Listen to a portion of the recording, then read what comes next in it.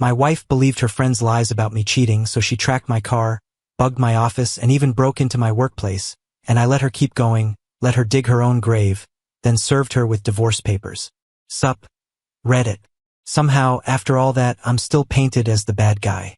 Her new friend group ran more surveillance on me than most law enforcement agencies, and I'm the villain in the story. This is going to be long and tense, so get your popcorn and strap in. I'm Neil, 33, male, and about 2 years ago my wife Catherine and I moved to Columbia, Maryland because I landed an operations lead gig at a defense contracting firm in Howard County, handling supply chain scheduling and delivery logistics for government contracts, good money and good benefits. We had been stuck in the same small town in western Pennsylvania for 6 years, and I honestly believed a fresh start might do us both some good. She agreed without hesitation, so we packed up everything and left. Catherine has always been the social one between us, the kind of person who can walk into a room knowing nobody and walk out with dinner plans and 3 new contacts in her phone, and I never had a problem with that. Within 3 weeks of moving, she had built an entire circle, a fitness group near the Merriweather area, regular brunch spots around the town center, group chats buzzing non-stop. The main one was this woman Courtney, loud, opinionated, recently divorced, the type who can steer any conversation back to herself without missing a beat. Catherine thought she was great. I thought she was a lot, but she wasn't my friend, so I stayed out of it. The first couple of months felt normal. We were settling in, and Catherine seemed genuinely happy. She would come home from brunch and fill me in on whatever drama was unfolding in the group, and I would half listen while cooking or checking emails, just regular married life. But around month 3 something shifted. At first I blamed it on stress. A new city, no family nearby, me working longer hours than I used to, and I told myself she was just restless and it would pass, but it didn't. I started noticing the way she looked at me when I walked in the door. Not a casual welcome home look, more like she was studying me, analyzing every move. If I came in 10 minutes late because traffic was backed up, she would be standing in the kitchen with her arms crossed asking where I had been, and when I answered she would not just accept it and move on. She would hold eye contact a little too long, like she was waiting for me to slip up. Then the phone thing started. One night I was on the couch scrolling and laughed at a meme my buddy sent me, and from across the room she immediately asked who I was texting. I showed her the screen, and she stared at it far longer than necessary. I asked if she was good, and she said yeah, but with that cold tone that says the opposite. Every time I overheard her talking to her crew, they were discussing cheating, husbands with second phones, guys with work wives, some woman at their gym whose husband had apparently been living an entirely separate life for 3 years. They collected cheating stories the way some people collect baseball cards, and the message was always the same: your husband is probably doing it too, you just haven't caught him yet. Besides Courtney, there were 2 others. Sydney worked in HR at some healthcare company, quiet but the type who would not start a fire and would absolutely hand someone the matches. Bridget was an ER nurse with 3 kids who thrived on gossip and would drive 30 minutes across town just to deliver it in person. Courtney sold real estate, which meant she had a flexible schedule and way too much free time. Together they were one big echo chamber fueled by drama, and Catherine, who has always gone all in on her friendships, absorbed every word. The first time she went full interrogation mode on me, I honestly thought she was joking. I had stopped at the Giant on Snowden River Parkway for our regular Friday grocery run, and because the place was packed it took about 40 minutes. I walked in with 2 bags, and she was sitting at the kitchen island with her phone face down, staring at me like I had crawled through a window at 2 in the morning. She wanted to know why it took so long. I told her the store was busy. She asked which store. I told her. She asked if I ran into anyone. No. Are you sure, Catherine? Yes, I'm sure. What is going on with you? Yeah, nothing. Now I can't ask questions. After that it became daily. Who did I eat lunch with? Why did my meeting run 20 minutes over? Why had someone from her own friend group supposedly spotted me at a coffee shop with a female coworker? I told her my team grabs coffee together most mornings, and yes, women work on my team. She did not openly argue, but she never let it go either, and the follow-ups would surface at strange times. I would think a topic was dead, and then 2 days later she would bring it back with a new angle. So that coffee shop you were at, is that the one on the corner or the one near the parking garage? She would ask like it was casual conversation, like she was just making small talk. But it wasn't. She was constantly testing me. That was the part that really got to me, not even the questions themselves, but how calm she was when she asked them. Measured. Steady. Like she already knew the answer and was waiting to see if I'd slip. And nothing I said was ever good enough. I could have strapped myself to a lie detector in the middle of our kitchen, wires taped to my chest, and she still would have found some reason to doubt me. Then one night I was getting ready for bed when her phone lit up on the nightstand. The screen was facing me, and before it went dark I caught a text from Courtney. It said something like, "Did you check his car yet? Don't wait too long. They always cover their tracks." I froze. I didn't confront her. I didn't even move. I just lay there staring at the ceiling for what felt like forever, my mind racing, trying to process what was happening to my marriage. The next morning, before I even backed out of the driveway, I crouched down beside my car and ran my hand along the underside near the rear wheel well. Part of me hoped I'd find nothing, that I was overreacting. But then my fingers hit something small, hard, and magnetic. A GPS tracker. One of those cheap little things you can buy online for about $60. I just sat there in the driveway holding it, staring at it in my palm. When did we get here? That was the only thought running through my head. For a split second, I considered ripping it off and walking inside and slamming it down on the kitchen counter right in front of her. But something stopped me. If she knew I'd found it, she would just get smarter, more careful. So I put it back exactly where it had been, took a photo of it with my phone, and drove to work like nothing had happened. That afternoon, I called a divorce lawyer. I wasn't ready to file. I just needed to know what my options were. The lawyer, a woman named Veronica, explained that Maryland is an all-party consent state for recording. She told me that putting a GPS tracker on my car without my consent could qualify as stalking under state law. She said if I wanted the strongest position possible, I needed to document everything, avoid tipping her off, and let the pattern build. So that's what I did. I started keeping records of everything. Every accusation, every interrogation, every strange question that came out of nowhere. I left the tracker on the car. I knew it was there, and I let her believe she had the upper hand. Every day she was watching my movements on her little app, thinking she was gathering proof. In reality, she was building my case for me. Over the next 3 weeks, I quietly got my financial house in order. I opened a new checking account at a different bank and began routing a portion of my direct deposit into it. Nothing dramatic, nothing that would raise suspicion. I pulled copies of every financial document we had. The mortgage, joint accounts, credit cards, car titles. Everything went into a secure folder she couldn't access. Then I went through the last 12 months of credit card statements line by line. That's where I found the purchase. She had bought the tracker from an electronic site 2 weeks before I found it on my car.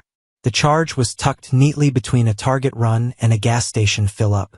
I screenshotted it. Only after everything was backed up and locked down did I finally remove the tracker from my car and place it on the kitchen counter between us. I asked her to explain it. She looked at the device, then at me, and without blinking said it was for her peace of mind. She told me it wasn't a big deal. Said if I had nothing to hide, I shouldn't care. I told her it was a very big deal, that normal people do not track their spouse's car. She rolled her eyes and said I was overreacting. Told me to just let her have this one thing so she could relax.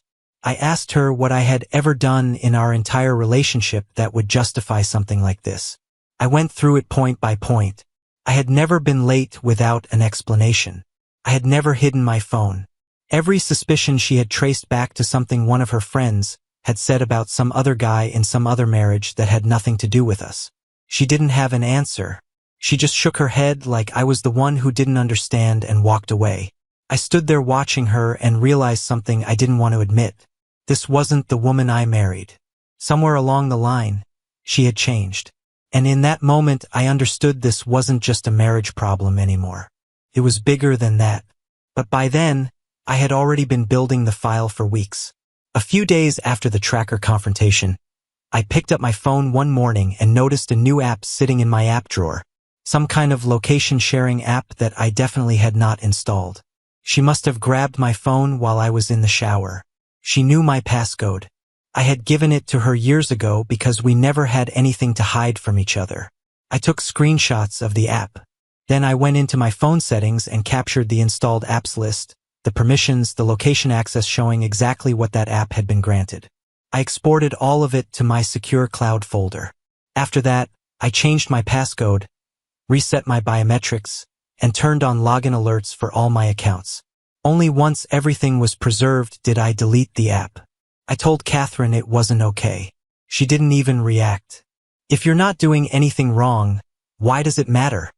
she said. Same logic as the tracker. Same dead-end argument. I told her trust goes both ways and that she had been stomping all over it for months. She looked at me and called me manipulative. She said I was trying to make her feel crazy so I could get away with whatever I was doing. Classic reversal. I logged it and moved on. That week, I brought up counseling. I told her we needed to talk to somebody because whatever this was, it was getting worse, not better.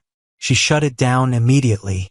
Said she didn't need a stranger telling her she was wrong for being worried about her marriage. Said counseling was for people who didn't know what the problem was, and she knew exactly what the problem was. Me. I told her fine, but I wanted it on record that I tried. After that, I sat down with Veronica again and walked her through the full timeline, every tracker, every accusation, every escalation. She listened and told me to keep going, to keep documenting. Meanwhile, Catherine escalated in a different way. She started showing up at my job. The first time, she walked into the office around lunch with a bag of food, smiling like it was a sweet surprise, saying she was in the area. I work near Fort Meade. Nobody is in the area by accident. Still, I played it cool. I introduced her to a couple of people and ate lunch with her in the break room. Fine. Here's how visitor access works in my building. You check in at the front desk, get a visitor badge, and someone escorts you. During her legitimate visits, she only ever had access to the lobby, the break room, and the hallway connecting them. She wasn't allowed to wander. She didn't have free range. But repeated visits teach you things. You start noticing patterns. Catherine saw the layout of the ground floor.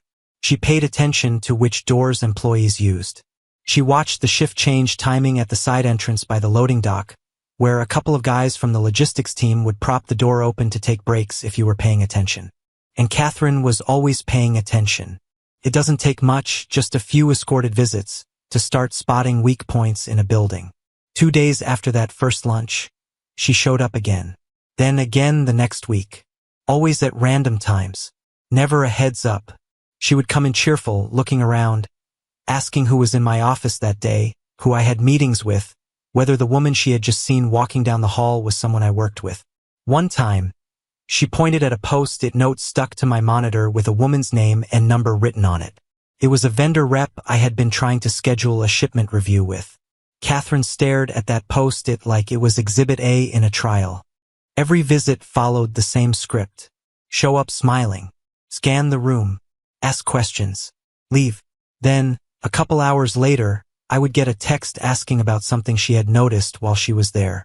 A jacket draped over a chair that wasn't mine. A coffee cup with a lipstick mark sitting on someone else's desk. It was constant. But the one that really crossed the line was a Thursday when she came in and spent 20 minutes chatting up our receptionist, Jasmine. I didn't even know Catherine had been in the building until after she left. The next morning, Jasmine pulled me aside. She looked uncomfortable. She said my wife had been asking about my daily schedule, who I eat lunch with, and whether I ever stay late with anyone in particular. Catherine had framed it all in a friendly way, but Jasmine told me the questions kept getting more specific, and it felt off. I thanked Jasmine and asked her for a favor. If my wife came back again, I wanted to know right away. She agreed. I also asked her to write down everything Catherine had asked while it was still fresh in her mind. She did, and I added it to the file I had been building. That night, I sat Catherine down and told her the drop in visits were over. I told her people at my job were noticing, and it was making everyone uncomfortable. She shot back, "You should be grateful I want to see my husband at work. A good husband would be grateful." I told her a good wife wouldn't be interrogating the receptionist behind her husband's back. She didn't have a response to that. She just went quiet, stood up, and went to bed without saying another word. But I knew she wasn't finished. Defense contracting firms are not normal offices. We handle government contracts, some involving controlled program data and sensitive operational information. There are security clearances, restricted access areas, badge protocols, cameras everywhere. You do not just stroll in and wander around.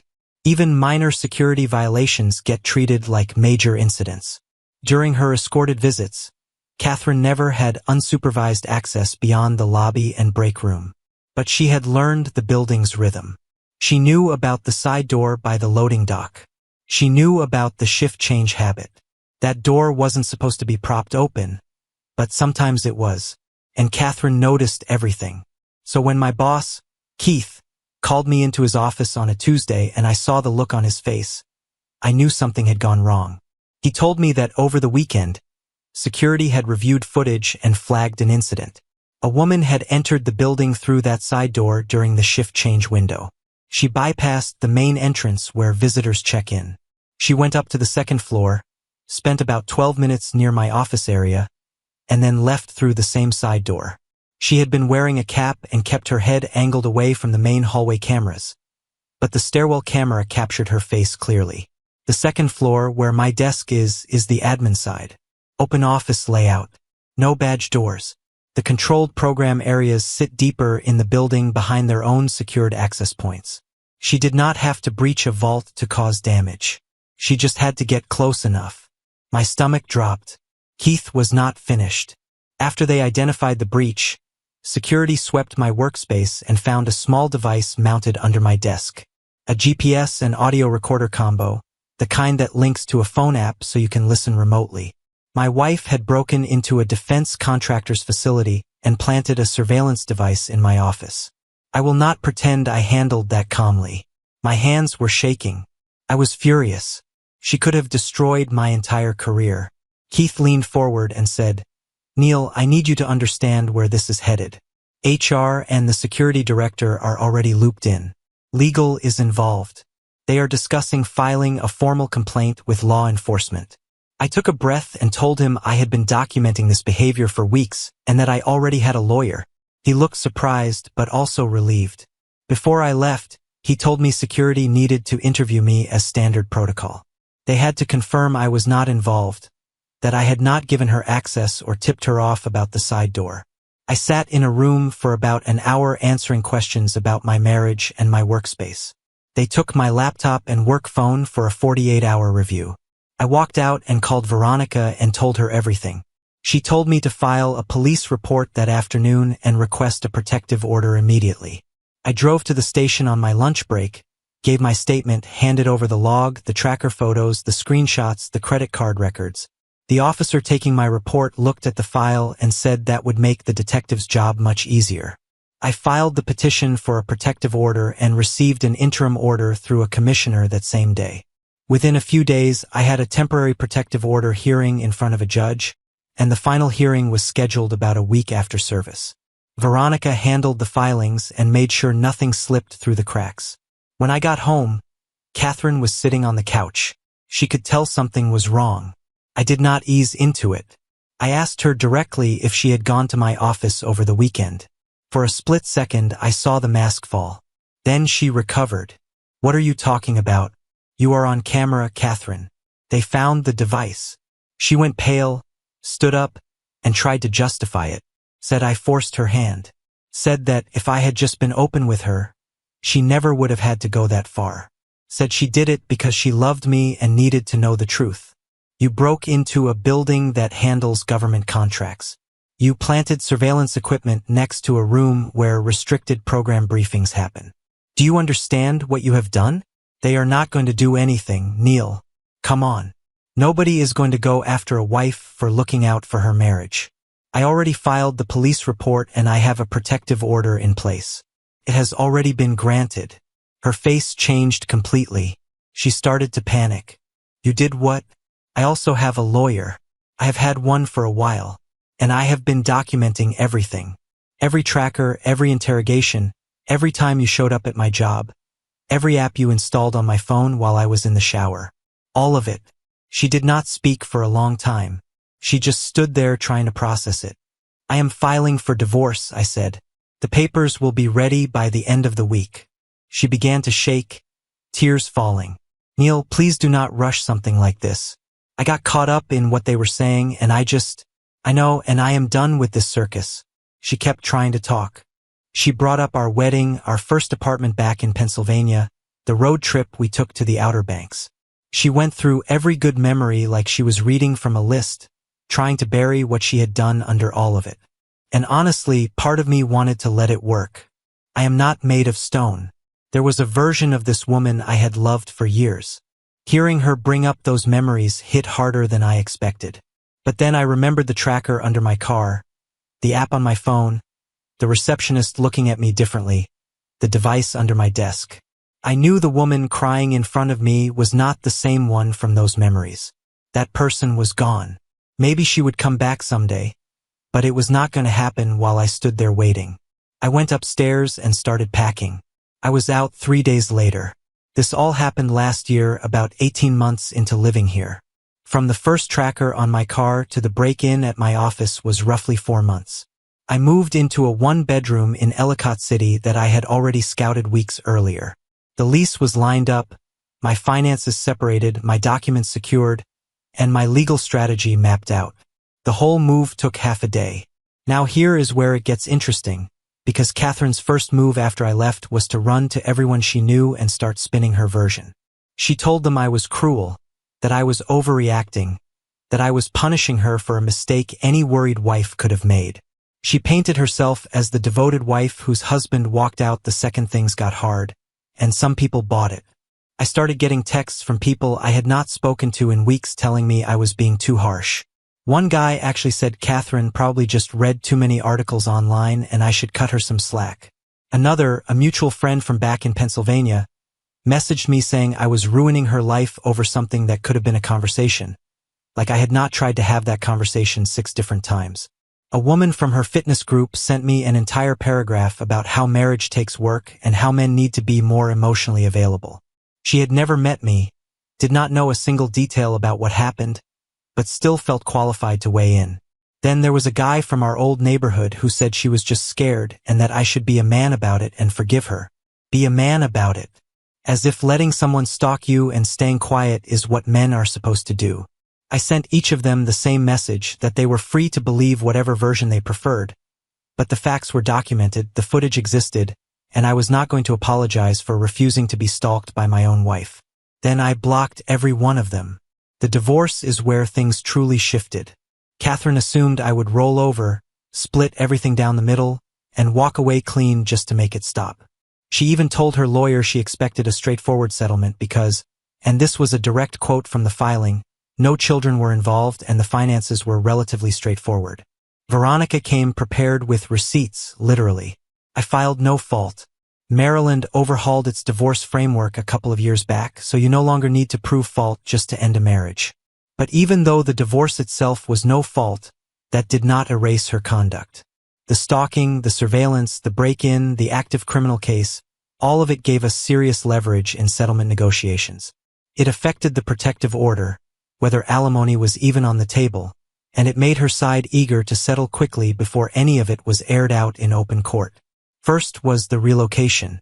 I had moved us to Maryland for my career, but I also paid the moving costs, the security deposit on the house, and the first 3 months of the mortgage by myself while Catherine was still settling in and not working. Every dollar was documented. Second was the criminal exposure. Catherine was facing an active criminal case tied to the same person she was trying to negotiate a settlement with. Her lawyer knew that if this went to a contested hearing, every piece of evidence I had would come out, and none of it made his client look like someone a judge would want to reward. Third, and this was the big one, Veronica argued that Catherine's criminal behavior had directly jeopardized my security clearance, which is essentially my entire livelihood in the defense industry. If I had lost that clearance because of what she did, I would have been finished not just at that company but in the entire field. That argument carried weight. Catherine's side pushed back, claiming she had made sacrifices relocating and deserved equitable distribution. Her lawyer submitted a statement saying Catherine had been influenced by toxic friendships and was in emotional crisis at the time, and that a punitive outcome would be disproportionate. Veronica answered with the full timeline I had been building for months. Every logged accusation, every documented drop-in, the tracking app screenshots, Jasmine's email, the credit card records, everything. And then the kicker, Catherine's own suspicious observations note from her phone, which surfaced during discovery. Her lawyer had to turn it over because we requested all communications related to surveillance activity. I was sitting across the table in mediation when Veronica slid it to Catherine's lawyer. He picked it up, started reading, and his face went blank. Page after page of surveillance logs, dates, details, names of women she had spotted at my office. He set it down, leaned toward Catherine, and whispered something. She did not look at me for the rest of the session. The emotional crisis argument fell apart. So did the idea of a clean 50-50 split when she had not contributed to the mortgage for nearly a year and was facing criminal charges tied to the man she wanted to split assets with. We settled to avoid dragging it out. I did not get everything I wanted. No one ever does in a divorce, but the agreement protected the important things. I kept the house. Her share of the marital equity was a fixed buyout amount, and it was not much considering her lack of contribution during the final stretch of the marriage. My retirement accounts stayed mostly untouched since the bulk of them were premarital contributions, and there was no alimony. Between the active criminal case, her conduct, and the fact that she had chosen not to work for most of the past year, there was no basis for ongoing support, and her side did not push it. Her lawyer made one last attempt, asking that I cover her legal fees because she was financially disadvantaged. Veronica responded by pointing to the credit card statements showing $4,000 in charges at restaurants and boutiques over 3 months during the same period she was not paying the mortgage. That request went nowhere. This was never about taking everything from her. It was about protecting what I had built and making sure I was not paying for the consequences of her own decisions. While the divorce moved forward, the company's case against her ran on a separate track, and that process was even harsher. Their legal team presented everything clearly. Security footage, the device, purchase records, visitor logs, camera timestamps, and the receipts. When investigators reviewed her purchase history, they discovered she had not just bought the one GPS tracker I found on my car. She had purchased 3 separate tracking devices in total. The car tracker, the audio GPS combination she planted in my office, and a third one no one had identified yet. That third device was the one that hit me hardest. After the records showed 3 purchases, Veronica told me to conduct a full sweep of everything I owned. Every bag, jacket, piece of gear, the trunk of the car, all of it. I went through everything that night, checking every pocket and lining, and I found it in my gym bag, tucked inside a small pocket in the lining that I never use. I did not touch it with my bare hands. I sealed it in a Ziploc bag and turned it over to the police the next morning as physical evidence tied to the existing case. That tracker had been active for nearly 2 months. I thought about all the times she casually asked how the gym was, and realized she already knew the answer before I even spoke. She was testing me, checking whether I would lie. The tracking data showed she had been cross-referencing my gym visits against what I told her my plans were each day. She had built an actual spreadsheet matching my movements to my daily explanations. The amount of time and energy she poured into this was deeply unsettling. Her lawyer tried to frame everything as a marital dispute that spiraled out of control, arguing she was a concerned wife acting out of emotional distress rather than criminal intent. He even mentioned that Courtney's own marriage had ended because of infidelity, suggesting Catherine had been primed to see threats that were not there. It was a reasonable angle, but the evidence was overwhelming. The company's security director explained in detail what that audio device could have captured. My office sits next to a conference room where controlled program briefings take place.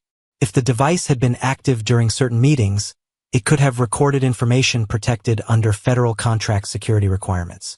The device records audio. The audio transmits to a phone app. That data then exists on a personal device with no clearance, outside any protected system. Whether Catherine intended to capture controlled information did not matter. The exposure alone was enough, and in the defense world, that is all it takes. The company did not treat this as a personal dispute. They viewed it as a breach of their security protocols and contract obligations. On the criminal side, the prosecutor initially pursued charges that included illegal interception and recording of communication, since planting an audio device and listening remotely falls under Maryland wiretap laws. That is felony territory, punishable by up to 5 years and serious fines. Her lawyer fought hard to avoid that outcome. In the end, she pleaded down to misdemeanor trespassing and stalking in exchange for probation, community service, and strict no contact and no trespass terms. Even as a misdemeanor, the exposure was significant. Maryland stalking carries up to 5 years.